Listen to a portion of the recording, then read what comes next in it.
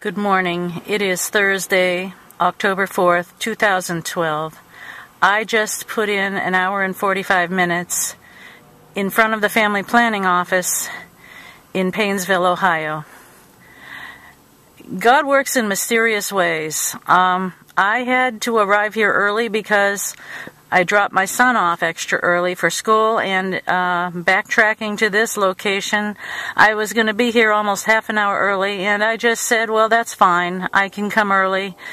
It's going to be rather quiet because it's 7:30 in the morning, but I can handle that.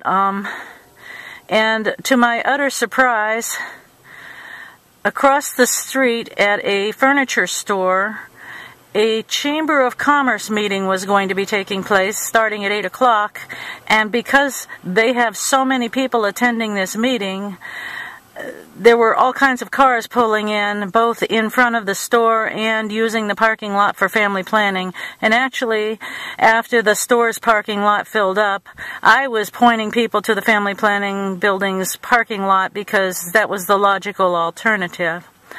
In the course of this transpiration, I was able to say hi to many of the people that were going into the building, into the furniture store, and people were waiting for the stoplight to change, and I was able to talk briefly with a couple of people about what goes on in this building. Of course, I was holding my 40 Days for Life sign.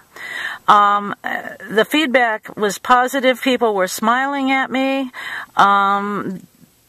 I had at least 2 people tell me, God bless you for being out here. Now, we're talking small business owners who are attending this meeting for the Chamber of Commerce.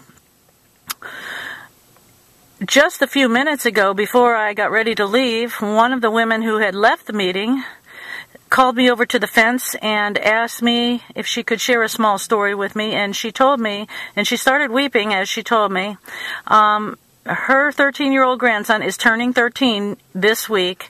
She said that boy was destined for abortion.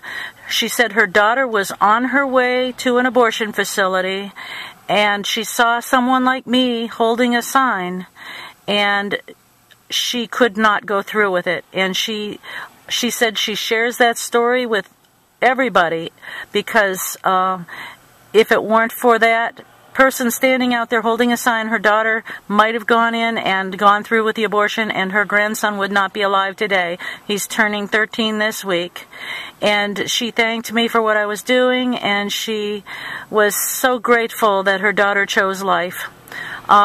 These are the kinds of stories that make me so glad I come to family planning in Painesville, Ohio. I talked to her briefly about how family planning is not about choice. It is about pressuring women to have abortions who may or may not even be considering an abortion. That needs to be exposed. I continue to share that message with people. And I'm really glad I came out here early today because it gave me a lot of opportunity to be pleasant with people and to have them be pleasant with me. It's a very quiet, warm day. There's no wind. There's no bad weather. And the people who were attending this meeting were very gracious. A couple people stopped to talk about last night's debate between Romney and Obama. It was very enlightening, and I'm really glad I came out here today. God bless you, and I'll talk to you soon.